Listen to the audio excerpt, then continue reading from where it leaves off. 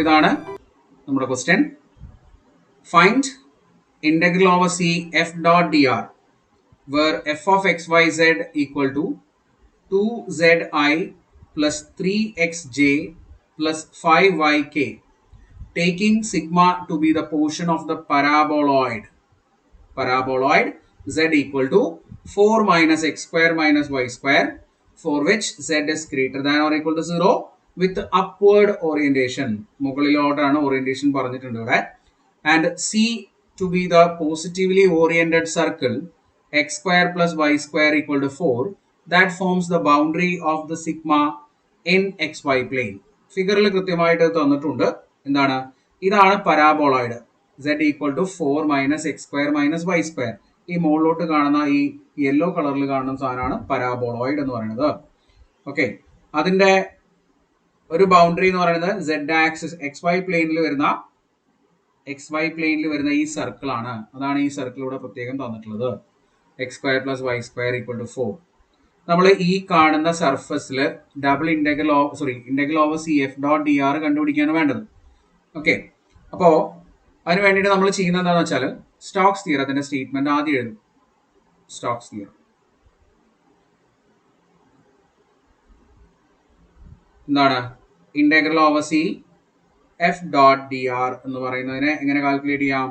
Double integral over sigma curl F dot N D S വെച്ച് calculate ചെയ്യാം. ഇതിൽ നമ്മൾ ആദ്യം എന്ത് കണ്ടുപിടിക്കണം? കേൾ എഫ് കണ്ടുപിടിക്കണം ആണല്ലോ. അപ്പോൾ കേൾ എഫ് എന്താണ്? കേൾ എഫ് കണ്ടുപിടിക്കാനുള്ള ഇക്വേഷൻ ഡെൽ ക്രോസ് എഫ് ആണ് കേൾ എഫ്.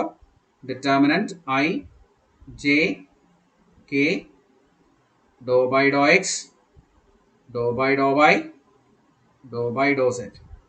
ഇനി അടുത്ത റോയിൽ നമ്മൾ എഫിന്റെ കമ്പോണൻസ് ആണ് എഴുതേണ്ടത്. 2z 3x and 5y. Okay, ഇനി ഇത് എക്സ്പാൻഡ് ചെയ്തിട്ട് നമ്മൾ കണ്ടുപിടിക്കും. ഐ ഇൻറ്റു എന്താ വരിക നോക്കിയേ, ഐ വരുന്ന റോയും കോളവും കളഞ്ഞു കഴിഞ്ഞാൽ do by do y of 5y do by do y of 5y minus do by do z of 3x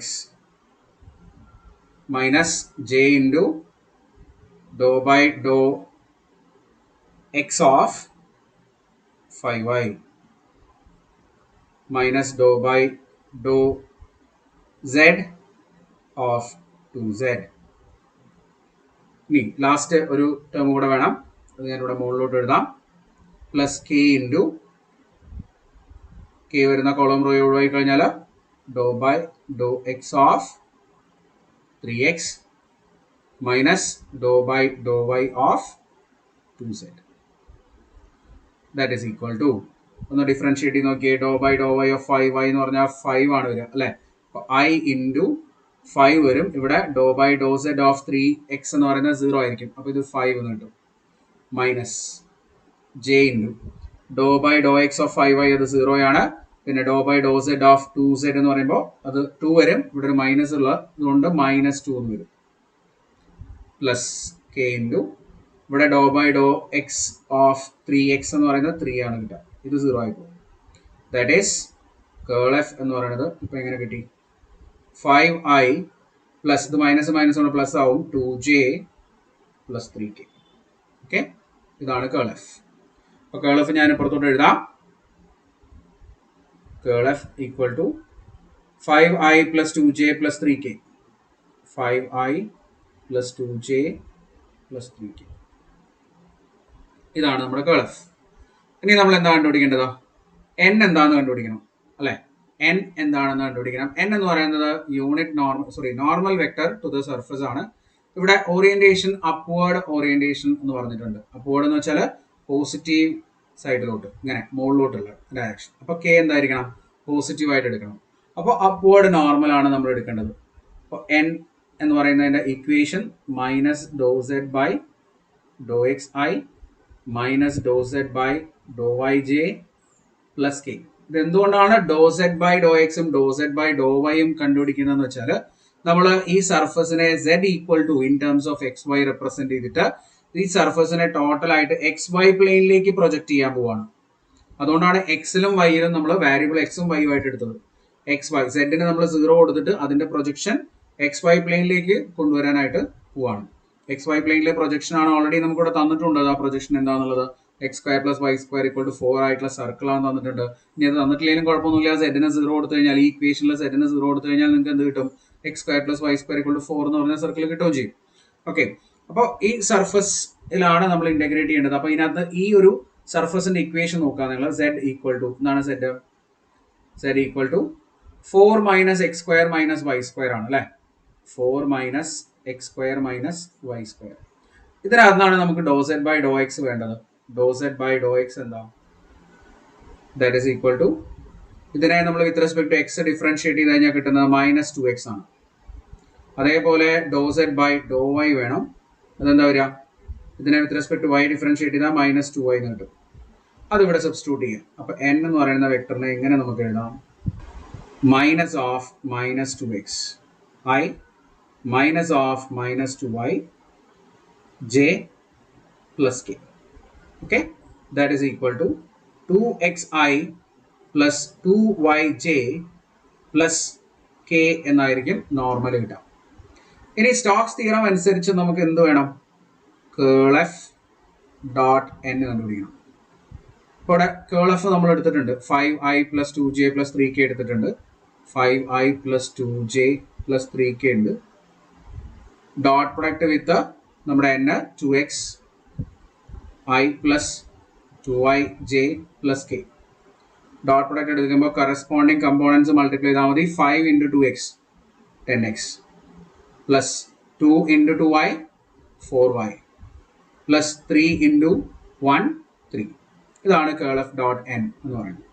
ഇനി സ്റ്റോക്സ് തിയറം അനുസരിച്ച് integral over C F dot D ആറിനെ നമുക്ക് എങ്ങനെ എഴുതാൻ പറ്റും? Double integral over sigma curl F dot n ds ആണ്. അപ്പോൾ 10x plus 4y plus 3 × ds.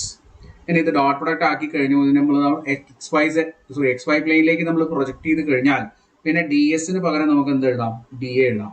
കാരണം നമ്മൾ ഇന്റഗ്രേറ്റ് ചെയ്യാൻ പോകുന്നത് എക്സ് വൈ പ്ലെയിനിലാണ്, ഈ ഒരു സർഫസിനകത്ത് താഴെ. ഓക്കെ, ഈ ഒരു നീല കളറിൽ കാണുന്ന സർക്കിളിനകത്താണ് നമ്മൾ ഇന്റഗ്രേറ്റ് ചെയ്യാൻ പോകുന്നത്.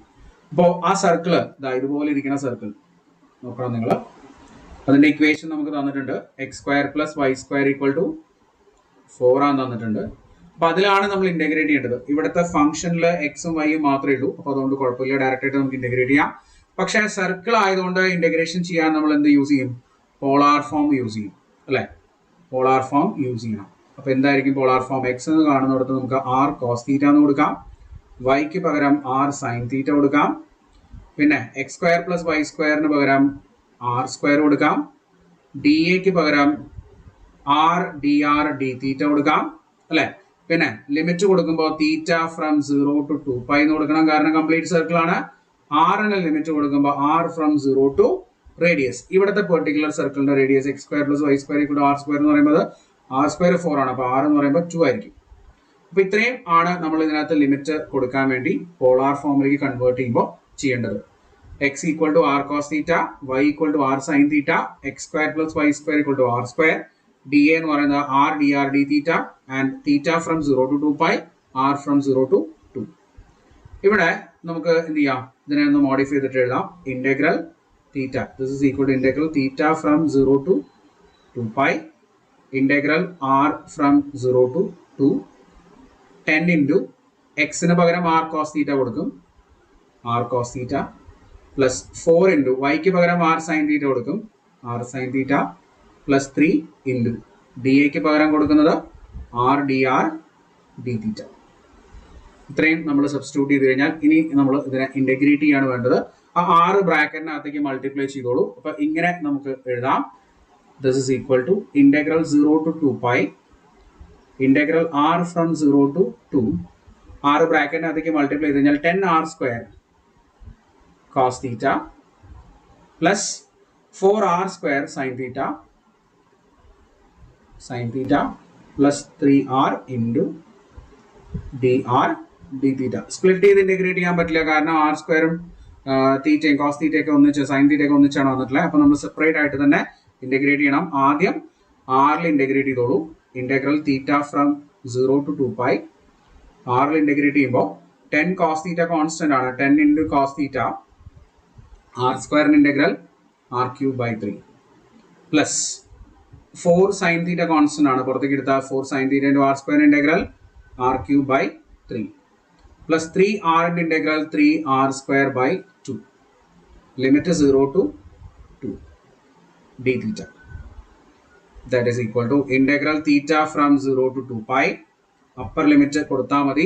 r ന് പകരം 2 കൊടുക്കുക. അപ്പോൾ 10 cos theta into 2 cube 8 by 3 plus 4 sin theta into 2 cube 8 by 3 plus 3 into 2 square 4 by 2. Upper limit മാത്രം കൊടുത്താൽ മതി. ലോവർ ലിമിറ്റ് 0 ആണ്. കൊടുത്തിട്ട് കാര്യമൊന്നുമില്ല, 0 തന്നെയാവും. That is equal to integral theta from 0 to 2 pi 80 by 3 cos theta plus 32 by 3 sin theta plus ഇത് cut ചെയ്യുമ്പോൾ ഇവിടെ 2 വരും. അപ്പോൾ 6 d theta. ഇതിനെ കാൽക്കുലേറ്ററിൽ ഇൻ്റഗ്രേറ്റ് ചെയ്യാൻ നിങ്ങൾക്ക് കാൽക്കുലേറ്ററിൽ ഇൻ്റഗ്രേറ്റ് ചെയ്താൽ ആൻസർ കിട്ടും. അതല്ലെങ്കിൽ നേരിട്ട് തന്നെ ചെയ്യാം. നേരിട്ട് ചെയ്യുമ്പോൾ ഓരോന്നായിട്ട് ഇൻ്റഗ്രേറ്റ് ചെയ്യുക സെപ്പറേറ്റ്. അപ്പോൾ 80 by 3 into cos theta integral sin theta. പിന്നെ 32 by 3 plus 32 by 3 into sin theta integral minus cos theta plus r 6 integral 6 theta. Limit 0 to 2 pi. Okay, limit കൊടുത്തോളൂ. 80 by 3 into sin 2 pi minus 32 by 3 into cos 2 pi plus 6 into 2 pi. Upper limit. Lower limit കൊടുക്കണം, കാരണം ഇവിടെ cos theta ഉള്ളതുകൊണ്ട്. 80 by 3 sin 0 minus 32 by 3 into cos 0 plus 6 into 0. 3 വരും. That is equal to sin 2 pi എന്ന് പറഞ്ഞാൽ അത് 0 ആണ് ഇതിൻ്റെ വാല്യൂ. അപ്പോൾ ഇത് 0 ആയി. പിന്നെ cos 2 pi എന്ന് പറയുമ്പോൾ 1 ആണ്. അപ്പോൾ മൈനസ് 32 by 3 പ്ലസ് ഇവിടെ എന്ത് വരും 12 pi എന്ന് വരും.